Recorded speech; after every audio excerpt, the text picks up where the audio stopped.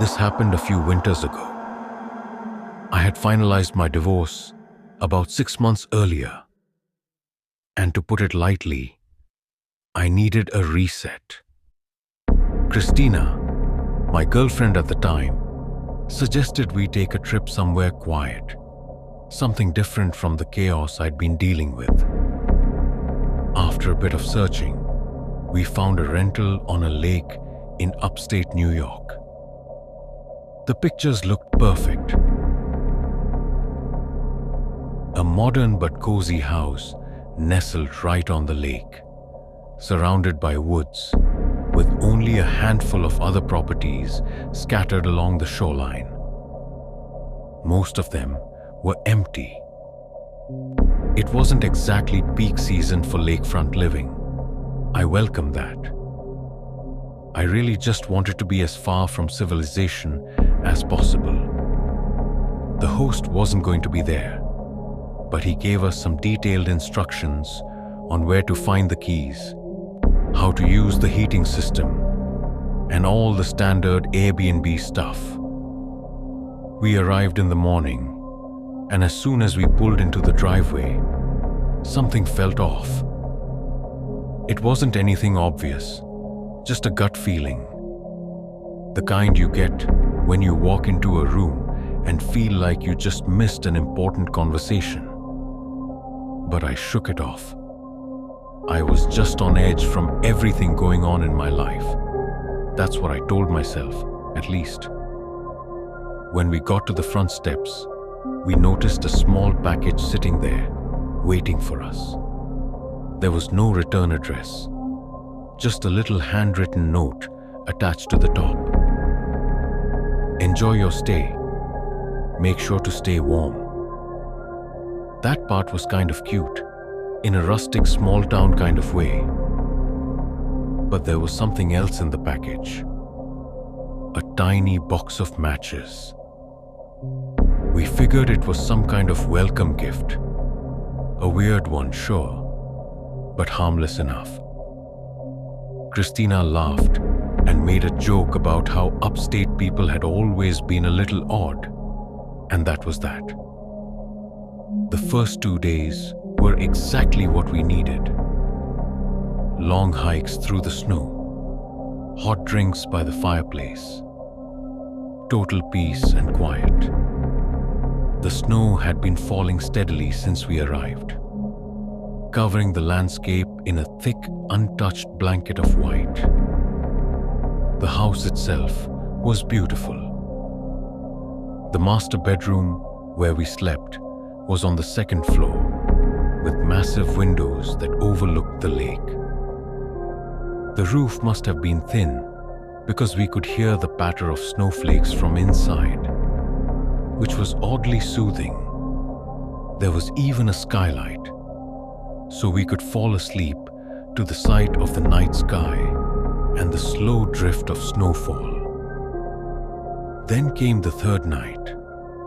I woke up to a sound, barely audible over the wind and the snow, but distinct enough to pull me from sleep. At first, I thought it was just the storm outside. But as my eyes adjusted to the darkness, I realized something had changed. The snow was falling heavier now. What had been a peaceful dusting was starting to resemble something closer to a blizzard. But it wasn't just the storm that woke me up. It was something else. Something unnatural. A noise that was too deliberate, too mechanical. I got out of bed quietly, careful not to wake Christina. I made my way across the room and looked out of the window. That's when I saw it. A snowmobile, moving slowly across the ice. Now, I know that, in itself, isn't that strange. People drive snowmobiles on frozen lakes all the time, but something about it just felt wrong. It was too late at night, too isolated, and the way the driver was moving, so cautiously, as if they weren't completely sure about the ice beneath them. Then, suddenly, they stopped. I watched as the person climbed off the snowmobile and began waving their arms. At first, I thought they might just be stretching or adjusting something. But then I realized they were facing our house, and they were shouting. I couldn't make out the words over the wind, but the way they moved, the way they gestured toward us, it was clear. They wanted help. My stomach twisted. Did they know we were here? How? I hesitated for a moment, then turned to wake Christina. I explained what I saw as quickly as I could, and she immediately sat up, rubbing the sleep from her eyes. "What do you mean someone's on the lake?" she whispered. "I don't know. They're yelling for help." I grabbed my jacket and boots, telling Christina to stay inside and lock the door. Then, with a deep breath, I stepped outside onto the deck. The cold hit me like a brick wall. Even with the layers I was wearing, the wind cut through me like a blade. "Hello?" I shouted, my voice barely carrying over the howling wind. The figure turned toward me. That's when I saw it was a woman. "Oh, thank God," she cried. "Please, you have to help me. My son, he's lost in the storm." Her voice was ragged, desperate. I felt a jolt of panic. A kid, out here, alone? He wouldn't last an hour in this weather. "Where did you last see him?" I called out, stepping closer to the edge of the deck. She was crying now. "He ran away from home. I've been looking everywhere." Something about that statement made me pause. I had expected her to say he fell off the snowmobile, that she hadn't noticed. But running away? In a storm like this? That's when she said something that made my blood turn to ice. "Do you still have those matches?" My breath caught in my throat. For a moment, I didn't understand. And then, it all clicked. The package, the note. She had left it, not our host. My body tensed. Before I could react, she reached into her coat and pulled out a gun. Wallet, phone, now. My hands trembled as I obeyed. I had no other choice. The entire interaction lasted less than 30 seconds. Then, without another word, she climbed back onto the snowmobile and vanished into the whiteout. As soon as she disappeared, I turned and bolted toward the house. "Call the police," I shouted. Christina was already on the phone when I burst through the door. I locked it behind me, pacing the room, my heart still hammering. The cops arrived an hour later, but by then, the fresh snowfall had already covered any tracks she left behind. The Airbnb host refunded our trip and swore he had nothing to do with it. But something about it never sat right with me. How did she know we'd be there? And why go through so much trouble just for a robbery? To this day, I still don't have answers.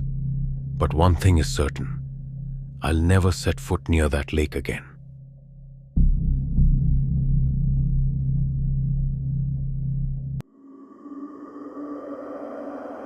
My family owns a Northern California lake house that we visit for a couple of short weeks out of the year, usually during prime summer weather. The house is 2 stories tall with an attic.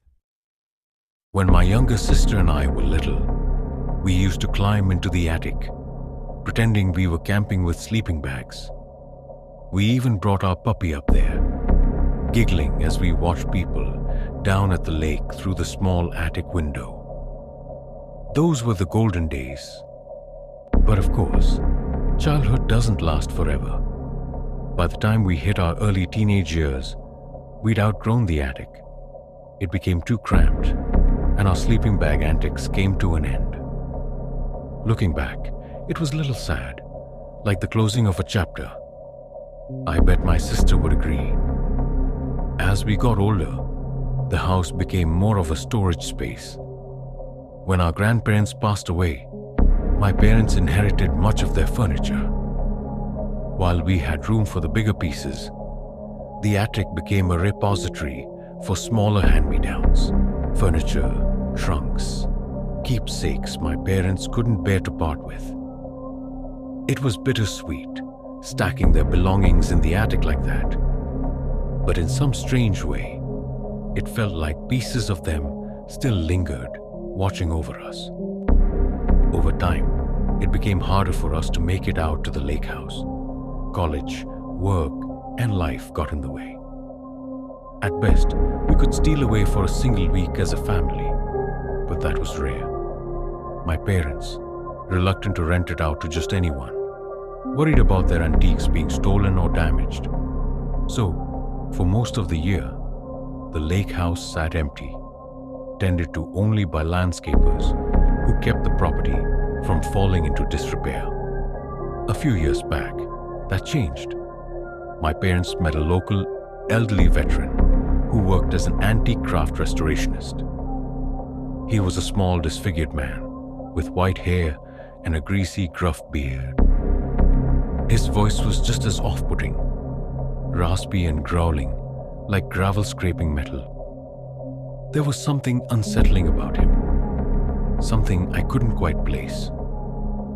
My dad, however, bonded with the man over their shared military backgrounds.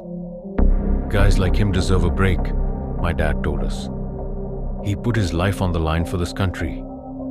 You don't understand what that's like. My sister and I didn't have much of a say in the matter, but we weren't thrilled about it. Not just because we found the man eerie, but because it meant we wouldn't be able to visit the lake house in the summer. My parents needed the extra cash to help with college expenses though, so we let it go. They leased the place to him for a year, checking in only through the landscapers, who would make sure he hadn't fallen or run into any problems.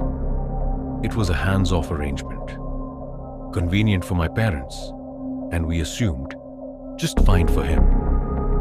Then, things got strange. One day, during a routine check-in, the landscapers mentioned something to my mom over the phone. They told her that, while working in neighboring yards, they'd often see the tenant sitting on the porch, staring at children playing by the lake. They had caught him doing other things too. Things I don't feel comfortable repeating. My mom was livid. She confronted my dad, arguing that they had unknowingly let a predator into their home. "Do you hear yourself?" my dad shot back. "The man's a veteran. He's not some creep." But my mom wouldn't let it go. She wore him down, month after month, until he finally relented. When the lease was up, my dad told the man they planned on doing renovations that would leave the house without electricity or plumbing for a few months. It was a lie, but it worked. The man left without much of a fuss. My parents even paid the landscapers extra to help him pack up and move. I was relieved. It had always felt wrong to have him there, like we had given an intruder the keys to our childhood home. A year passed, and my sister graduated from college. To celebrate, my parents took time off, and we all went back to the lake house for the first time in years. My parents had a new dog, a black lab mix named Bear, and my sister was especially excited to meet him. We arrived just as the sun was setting. The house looked the same as always, bathed in the golden glow of dusk. The lake shimmered, a perfect picture of tranquility. We decided to leave Bear inside while we grabbed dinner in town. There was nothing in the fridge, and we didn't feel like cooking after the long trip. As we were leaving, I noticed Bear acting strangely. His ears were up, his body tense, his pacing erratic. It was like he was listening for something, watching. I figured he was just restless from the drive and brushed it off.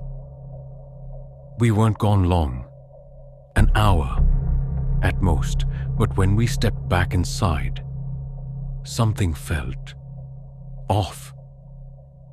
And then I saw Bear. He was lying at the foot of the stairs, panting hard. Blood smeared the floor beneath him. My sister screamed. My mom pulled out her phone, probably to call 911. Without a word, my dad walked into the kitchen and grabbed a knife. I followed, heart pounding, gripping a heavy flashlight as a makeshift weapon. We searched the house room by room. Upstairs, my dad suddenly stopped. I followed his gaze and my stomach dropped. The attic hatch was open. Not fully, just cracked, but enough to see a faint glow. A flashlight shining from within. My dad didn't hesitate. He yanked the hatch open and scrambled up the ladder. I stayed frozen at the base, ears straining for any sign of a struggle. But there was nothing. No sounds of a fight, no resistance. A moment later, my dad climbed down, looking sick. "It's him," he whispered. "The old tenant, the man we had evicted." My mom came running up the stairs screaming the second she saw the open attic. My dad tried to calm her, but she was furious. She had already called the police, and she wasn't backing down. When the cops arrived, they found him huddled in the attic, barely conscious. He was thin, disheveled, reeking of sweat and desperation. On him, they found our house key, the one my dad had sworn he had changed.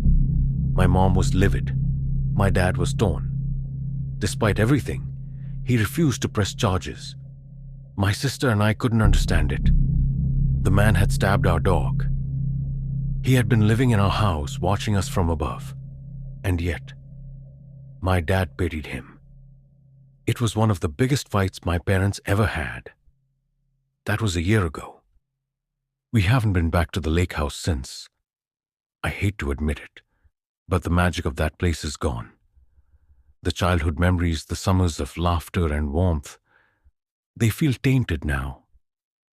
And I can't shake the feeling that, even after all this time, that man is still watching. This happened last summer. I was 20 years old. My name is Daniel. My friend Alex comes from a very wealthy family. His dad is like an IP lawyer who contracts with the US government or something. They've got a bunch of properties all over the country and a handful of international ones too. That's the kind of wealth I'm talking about. One of their houses is on a relatively large but overall pretty secluded lake. The lake itself isn't so big that you can't see the houses on the other side of it. But it would be a workout and a half swimming across the whole thing. Alex's parents were never around, so he pretty much had unlimited access to that house. And he often invited friends over, with permission, of course. There's something about being out on the lake that makes you feel invincible. It's a different feeling than the beach, for sure. I'm not really sure how to explain it, but there's more of an exclusive vibe to it. Hopefully, I can be successful enough to afford one day. Like I said, the lake itself is pretty secluded. Big fancy houses line the perimeter, but most of them would usually sit dark and empty. A lot of them were vacation homes for people who barely even used them. It's honestly kind of a shame, thinking about it. There are upsides to that, though. Alex would throw the craziest parties there, because there were usually no neighbors to call the police. This night was different, though. It was just the two of us having a more chill night. I won't get into it, but I had just broken up with my girlfriend of 3 years, and I was in dire need of some bro time. We were having a few beers out on the dock when I noticed a light flicking across the lake. I can't remember exactly what time it was. At first, I thought it was just the sun perfectly reflecting off something into my eye. But even when I moved my head to the side, I could still see it. It was flashing like someone was turning a light on and off repeatedly. I told Alex, and the two of us became fixed on it, trying to figure out what it could be. At some point, we realized the flashing wasn't random. It was following a pattern. 3 short bursts followed by 3 longer ones, followed by 3 short ones. I guess I'm dumb for not knowing this, but Alex snapped his fingers and said it was Morse code. I looked at him like he was crazy and asked him when in the world he had learned Morse code. He told me he didn't actually know it, but he knew that 3 short, 3 long, 3 short meant SOS. I called BS and pulled out my phone. But to my surprise, he was actually right. Like I said, maybe I'm dumb for not knowing that, but I'm not really one for obscure knowledge. Anyway, the flashing continued for another minute or so, following that same pattern before stopping abruptly. The two of us had just been staring at it the whole time. I really didn't know what to think. It could have been a joke, but there was always that chance that someone was actually in trouble. Alex immediately suggested calling the cops, but I reminded him that we'd been drinking and we weren't legal yet. I was honestly fighting a DUI charge at the time, so the last thing I needed was another run-in with the police. He wasn't thrilled about that answer, and I could tell he was torn about the situation. The two of us couldn't really think of a rational explanation besides a kidnapping or something along those lines. We thought it might have been someone who had fallen and needed help, but that didn't make any sense because they probably would have just called the police. We've always been those adventurous, delinquent type guys, so we decided it was worth checking out ourselves. If it turned out to be serious, we'd call the police then. We went back inside. Alex's brother had a bunch of switchblades lying around his room. He was kind of a weird kid, so we grabbed a few of them, just for peace of mind. Alex said he was good to drive, and that we should drive around the lake to that house. But I told him I really wasn't comfortable with that, for obvious reasons. He joked about my situation, and I laughed it off. If we weren't driving, there was only really one other option. The two of us walked back out to the yard and dragged Alex's dad's kayak into the water. We were laughing at first, enjoying the adventure of it all. But the further out we got onto the lake, the quieter we got.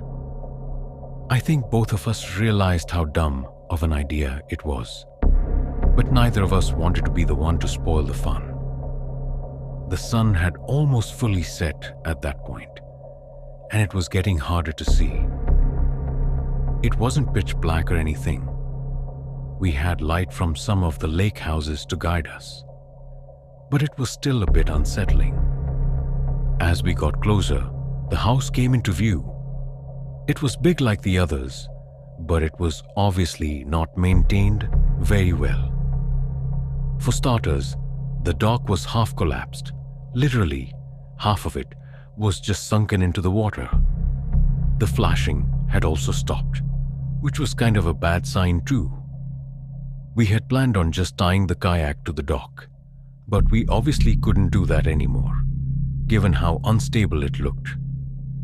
Luckily, the yard wasn't too high up above the water, so we beached the kayak on the yard instead, careful not to slip on the rocks. I felt the adrenaline rush start coming on. I could tell Alex was feeling the same thing. We looked up toward the house. the light had been coming from the second floor. That much we knew. Alex was freaking out at that point and insisted that we just leave and call the police. I told him we'd have to kayak all the way back to his house to even do that, as there was no service on the lake and that we needed to connect to Wi-Fi. I reminded him that we had explored 1,000,000 abandoned buildings before, and this wasn't too different. He wasn't thrilled with that logic, but agreed anyway. Believe me, I know how dumb this was. Everyone I talk to about this shares that same opinion. But I've never been one to make good decisions, and neither is Alex.